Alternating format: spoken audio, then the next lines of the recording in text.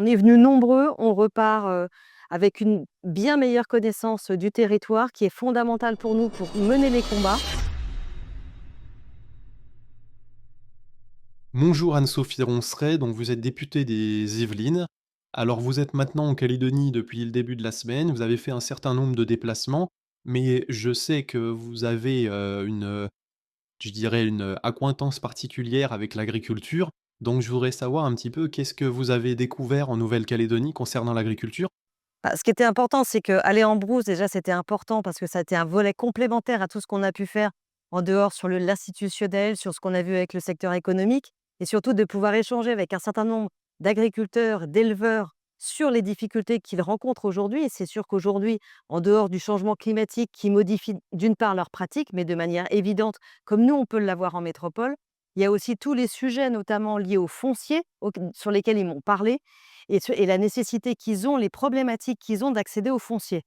Donc c'est vrai que nous, en métropole, on a une structure qui s'appelle la SAFER et qui permet justement de mieux installer les jeunes agriculteurs. Je sais que c'est un fort souhait ici en Nouvelle-Calédonie. Donc voilà, moi j'ai beaucoup échangé avec eux pour voir comment on peut les accompagner pour essayer de développer une structure qui soit un peu à l'identique. Et à l'inverse, ce que moi j'ai appris, ce que je ne connaissais pas parce qu'on n'a pas de structure comme celle-ci, la structure de l'OCEF sur l'achat de la viande, effectivement, c'est une structure très particulière. Donc c'était intéressant de voir justement quel était le modèle ici en Nouvelle-Calédonie, parce qu'on a quand même une difficulté sur le revenu des agriculteurs et ce système d'OCEF permet quand même d'assurer un revenu minimum aux agriculteurs. Alors, il y a aucun système qui n'est parfait, mais c'est vrai que c'est important de se dire aussi que nous, c'est des modèles qu'on pourrait aussi utiliser en métropole. Donc en fait, on a 2 territoires français avec des pratiques qui sont un peu différentes, des problématiques qui sont similaires, mais des territoires différents avec des systèmes qui se répondent l'un et l'autre.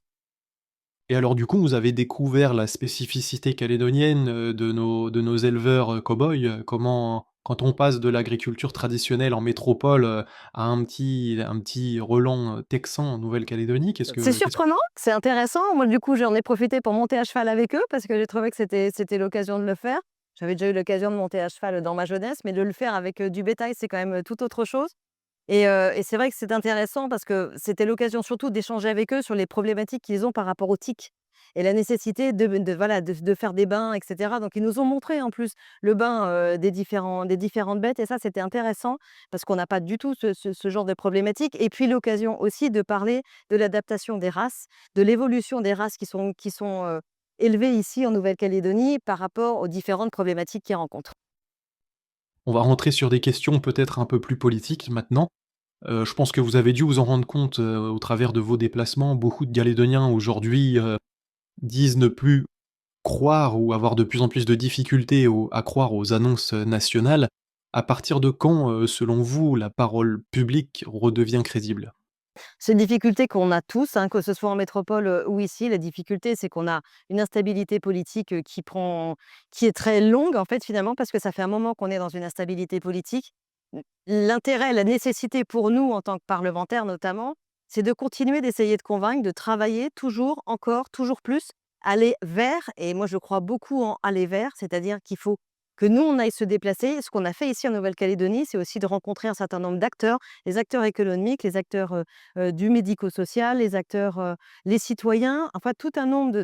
et en fait essayer de parler avec eux, de leur dire que nous aussi on travaille, que c'est vrai qu'on a parfois un spectacle un petit peu, ahurissant à l'Assemblée nationale et c'est vrai qu'on le vit aussi de l'intérieur, mais que malgré ce brouhaha, malgré les difficultés qui sont les nôtres aujourd'hui avec les 11 groupes politiques et les difficultés, qu'on a dans le gouvernement à faire passer un certain nombre de textes, il y a quand même des gens qui travaillent et le fait qu'on ait, nous, aujourd'hui, qu'on soit venus à 10 députés ici en Nouvelle-Calédonie, je pense que c'est un message fort que notre groupe Ensemble pour la République a donné, justement pour dire, en fait, le sujet de la Calédonie est important. Il faut aussi qu'on soit assez nombreux à pouvoir le porter et à pouvoir mieux en parler à l'Assemblée, qu'il n'y ait pas uniquement Nicolas Mesdorf qui puisse le faire, qui a évidemment toute la légitimité pour le faire, mais aussi que nous, on puisse être le relais et des porte-parole aussi des besoins et des enjeux du territoire. Au sens plus large, après toutes les visites que vous avez pu faire cette semaine, entreprises, prisons, rencontres communautaires également, qu'est-ce qui vous a le plus frappé concrètement? Beaucoup de choses, je crois que chaque séquence a été frappante pour des choses très différentes. Ce qui m'a vraiment le plus touchée,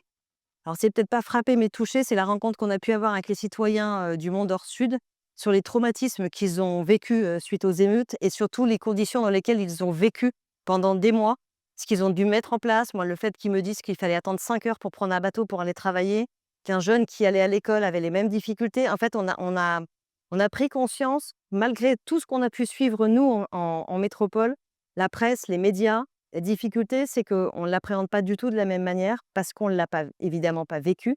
et qu'avoir tous ces témoignages-là, ça a été quand même quelque chose de très, très fort. Vous l'aviez, comme on l'entend souvent, vécu au rythme aussi de la presse et des médias nationaux,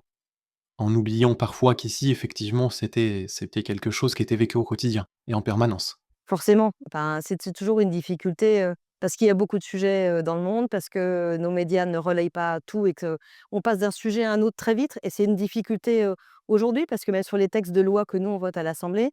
les textes s'enchaînent et en fait, les gens ne retiennent pas ce qui se passe non plus parce que ça va très vite et que les médias n'en parlent pas et donc ça n'imprime pas non plus. Sur le plan plus, je dirais, décisionnel, selon vous, le rôle de l'État ici en Nouvelle-Calédonie, est-ce qu'il doit être avant tout un soutien, un arbitre ou un décideur?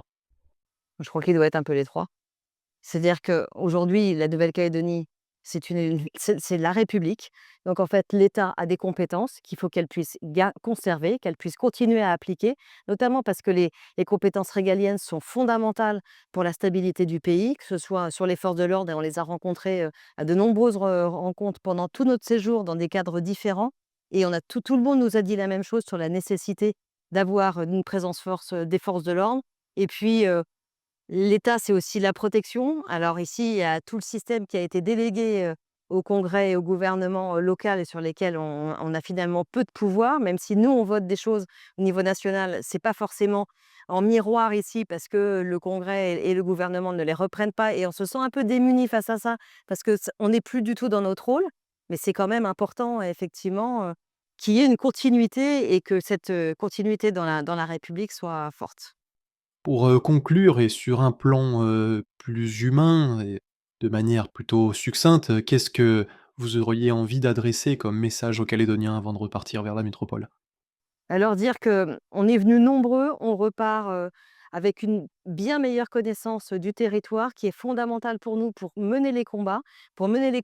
auprès de Nicolas Mesdorf parce que jusqu'à maintenant, il les portait seul, même si on a toujours voté, on a toujours suivi ce qu'il nous expliquait, ce qu'il nous disait, parce qu'il nous l'explique très bien. Nous, aujourd'hui, on repart en se disant que la connaissance qu'on a acquise aujourd'hui nous donne aussi une légitimité, justement pour aller convaincre des collègues à nous dans notre groupe évidemment, mais aussi au-delà de notre groupe parce qu'on a quand même un socle commun, alors on l'appelle un peu comme on veut, mais c'est aussi important d'aller convaincre des collègues et de se dire qu'aujourd'hui, demain et après-demain, on va pouvoir nous porter à l'Assemblée nationale, dans les médias, tous ces sujets-là et que nos extrêmes qui, vont, nous attaquer en nous disant, comme d'habitude, qu'ils ne sont pas d'accord avec nous, on pourra aussi leur dire la légitimité qui est la nôtre à porter ces combats auprès de Nicolas. Merci beaucoup Anne-Sophie Ronceret et bon retour vers la métropole. Merci beaucoup.